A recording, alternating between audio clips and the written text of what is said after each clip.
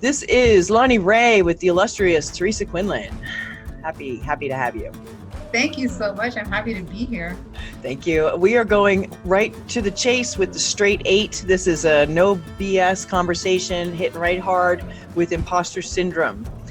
Something that plagues so many people and keeps dreams, in little jars and boxes, and, they just don't happen.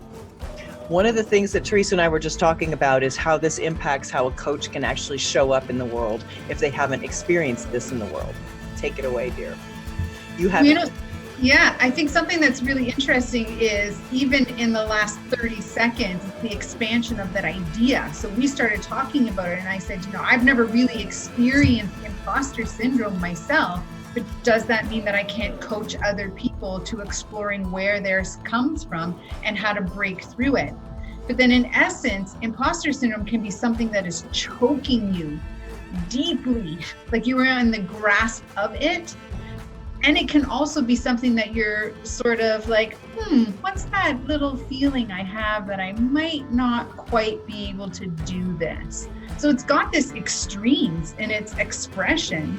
And I think we could probably put everyone in the category of at some point or another, you've had this inkling of an experience where you went, I'm not really sure I should be in this job. I can do what's being asked of me, that I'm worthy enough. I have the talent, I'm not really sure I have enough of something or should be here in this position. Every one of us have really experienced an inkling of that.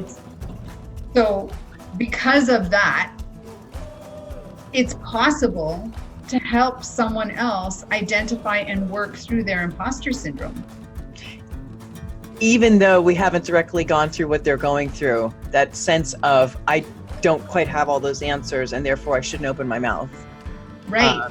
Here's the commonality, is that we've all experienced the same emotion that might be underlying it. Yes. Maybe not from the same trigger, but we understand the emotional state. That's all we have to understand to have something in common. We don't have to understand the catalyst or the stimulus. So I don't ever have needed to have been in the same kind of trauma you were in to be able to help you through the emotional experience of the trauma. Wow, that's right.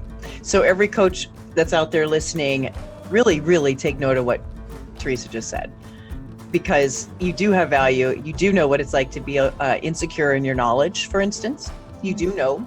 How does a person move through that? That's a big topic, but yeah. It's a huge topic. Like, how does someone move through anything?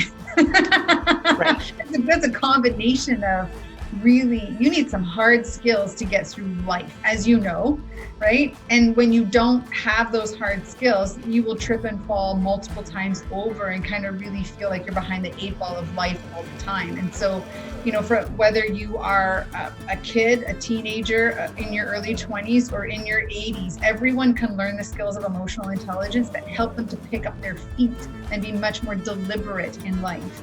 So that's the great thing about emotional intelligence, is that it's not stagnant. Like our IQ peaks in its development. Your aptitude for learning peaks by the time you're 18, 20 years old.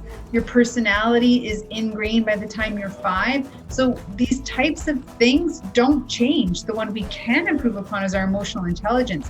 That really helps us to leverage our personality, really helps us to leverage our IQ so that we can attack life in a way that is much more by design than by default.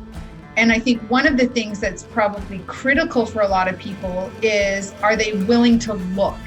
So that curiosity of self-development is the necessary springboard to actually doing something that a coach can help you through. A coach can't drag you to curiosity. You have to be willing. And Dr. Diane Hamilton has this great theory about 4 things that get in our way of curiosity. So it's fear, and that's fairly clear. What are we afraid of? And there could be many sources for that fear. Assumptions that we make, so we don't get curious at all because we just live in the world of assumptions.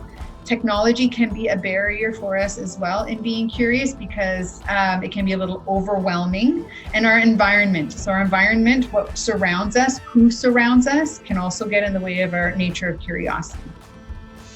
It's excellent to know those things.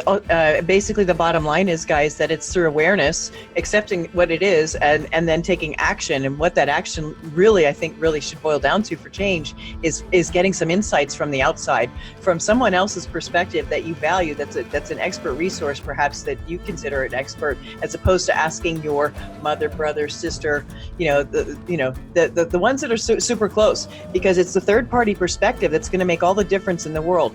The neutral third party can see things you don't see, and the people that are closest to you, they can't see it. They can't. Yeah, they also don't have their history. They don't have a relationship with you to be able to pre-assume, prejudge, pre-everything.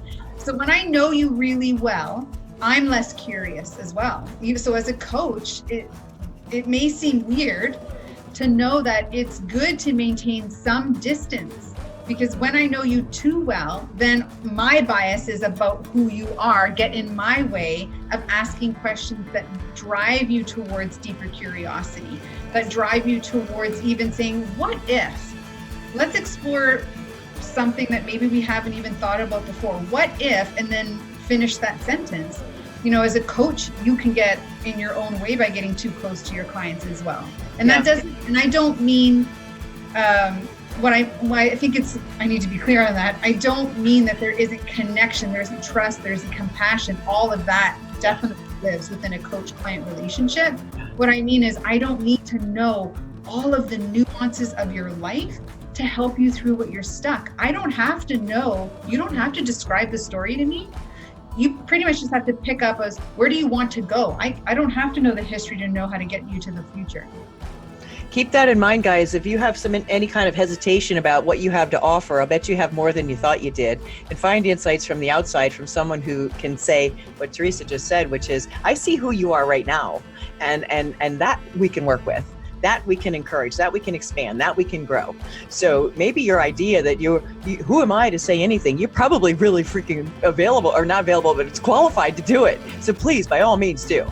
Speak up, step up.